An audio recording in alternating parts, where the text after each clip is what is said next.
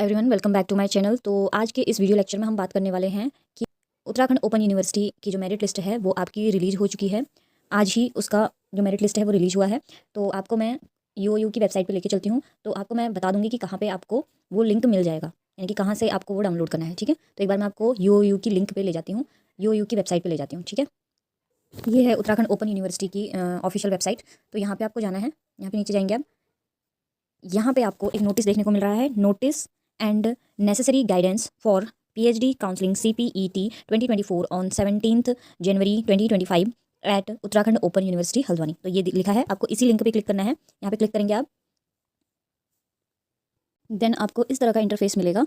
आपको यहाँ पे नोटिस मिल जाएगा CPT के अंडर जो PhD एंट्रेंस एग्जाम है उसकी जो काउंसलिंग के लिए जो आपको निर्देश दिए गए हैं वो जो PDF है आपको यहाँ पे मिल जाएगा, और जो मेरिट लिस्ट है वो यहाँ पे आपको मिल जाएगी। PhD काउंसलिंग 2024 पे आपको मेरिट लिस्ट मिल जाएगी। तो आप अपना सब्जेक्ट वाइज चेक कर सकते हैं। तो आपको मैं सबसे पहले मेरिट लिस्ट दिखा देती हूँ किस तरह से आ रही है और आपको कैसे चेक करना है। तो देखिए यहाँ पे उत्तराखंड ओपन यूनिवर्सिटी की जो मेरिट लिस्ट है इस तरह से जारी की गई है, और इसमें देखिए जो वैकेंट सीटें हैं वो ऊपर मेंशन करी गई हैं, यानी कि इतने लोगों का सिलेक्शन इसमें हो रखा है।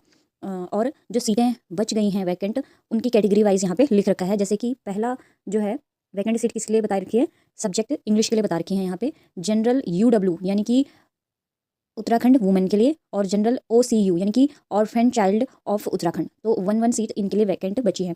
तो जो इस कैटेगरी में होंगे उन्हीं को ये सीट मिल पाएगी। ठीक है, तो ये तो वैकेंट सीट की बात रही, यानी कि इंग्लिश में आपके 2 सीट बची हैं, वो किन के लिए हैं वो यहाँ पे मेंशन है। ठीक है, इनके अलावा किसी ये जो सीट है नहीं मिलेगी। ठीक, अब देखिए यहाँ पे सबसे पहले list of qualified candidate for counselling. तो इंग्लिश सब्जेक्ट है आपका, PhD प्रोग्राम 2024 है। यहाँ पे आपका रजिस्ट्रेशन नंबर लिखा है, फिर रोल नंबर लिखा है, फिर नेम ऑफ कैंडिडेट लिखा है, फादर नेम और उनकी कैटेगरी लिखी है, और कैटेगरी ऑफ रजिस्ट्रेशन। तो आपने किस तरह से रजिस्ट्रेशन किया था, एग्जाम्टेड थे या आपने रिटर्न टेस्ट दिया है। तो ये चीज़ें हो गई। आपके मैक्सिमम मार्क्स जो थे 30 में से थे और 100 में से थे, तो इस तरह से दे रखे हैं। तो आपके जो इंटरव्यू के मार्क्स थे वो यहाँ पे मेंशन है, जो एग्जाम्टेड थे और जो रिटर्न वाले थे उनके भी यहाँ पे मार्क्स यहाँ पे गिवन है।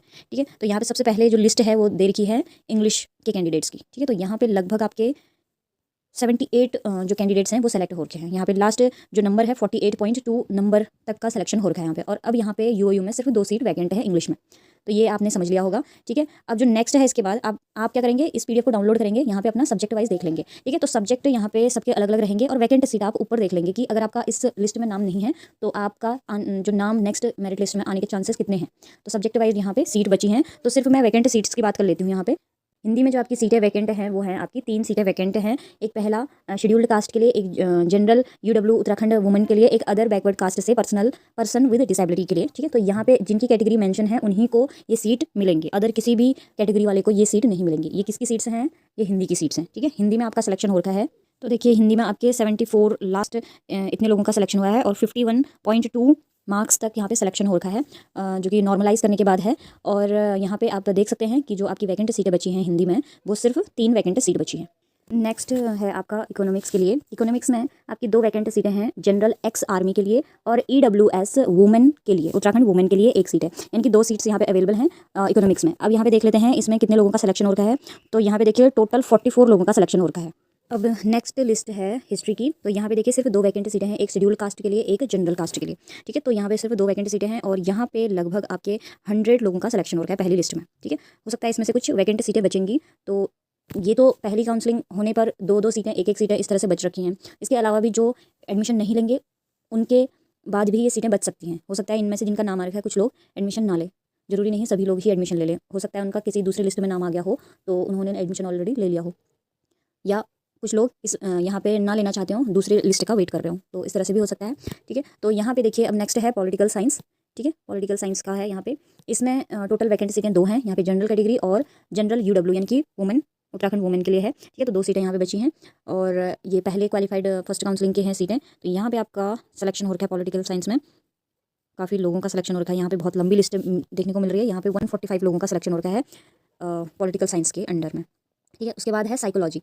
साइकोलॉजी आपका है यहाँ पे सिर्फ एक ही सीट वैकेंट है। ठीक है, फर्स्ट मेरिट लिस्ट के बाद एक ही वैकेंट सीट यहाँ पे बची हुई है। तो यहाँ पे देखिए पॉलिटिकल जो साइकोलॉजी है, साइकोलॉजी में आपके 46 लोगों का सिलेक्शन हो रखा है पहली लिस्ट में।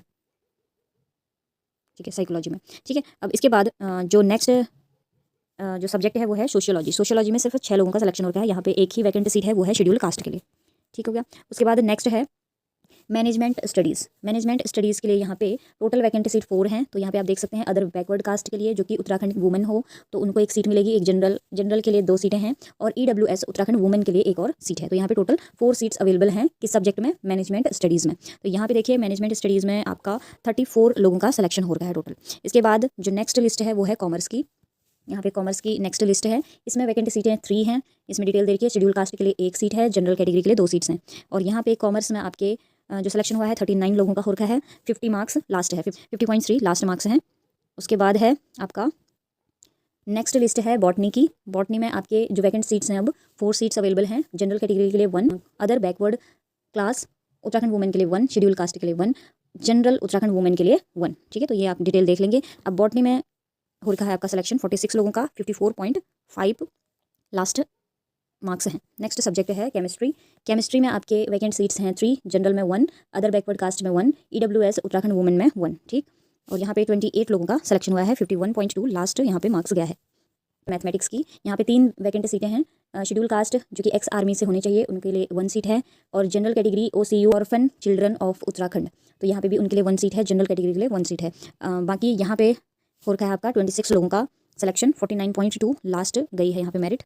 उसके बाद जो सब्जेक्ट है वो है फिजिक्स में आपके 14 सीट्स अभी भी वैकेंट हैं, तो काफ़ी सीट्स बची है यहाँ पे। शेड्यूल ट्राइब उत्तराखंड वुमेन के लिए 1 सीट है, general person with disability 1 seat है, शेड्यूल कास्ट के लिए 3 सीट्स हैं, जनरल उत्तराखंड वुमेन के लिए 3 सीट्स हैं, अदर बैकवर्ड क्लास के लिए 2 सीट्स हैं, जनरल के लिए 3 सीट्स हैं, EWS उत्तराखंड वुमेन के लिए 1 सीट है। तो यहाँ पे टोटल वैकेंट सीट 14 हैं। तो यहाँ पे सेकंड मेरिट लिस्ट आने के तो चांसेस हैं ही, इनमें से कुछ लोग एडमिशन लेंगे, कुछ हो सकता है ले चुके हों, और क्योंकि ये तो लिस्ट प्रेफरेंस भरने के बाद भी आई है, हो सकता है इसमें से ज़्यादातर लोगों ने एडमिशन पहले ही ले भी चुका हो। तो देखते हैं नेक्स्ट कितने यहाँ पे सिलेक्शन होता है, नेक्स्ट लिस्ट में कितने लोग और आ पाते हैं। तो यहाँ पे 32 लोगों का सिलेक्शन हुआ है और 51.5 यहाँ पे लास्ट मेरिट गई है फिजिक्स में। नेक्स्ट है आपका जूलॉजी सब्जेक्ट में आपकी 3 सीट वैकेंट हैं, जिसमें से EWS उत्तराखंड वुमेन के लिए 1 सीट है, जनरल एक्स आर्मी के लिए 1 सीट है, जनरल कैटेगरी के लिए 1 सीट है। ठीक है, तो यहाँ पे जूलॉजी में आपका सिलेक्शन हो रखा है, 72 लोगों का सिलेक्शन हो रखा है और लास्ट जो मार्क्स है 54.2।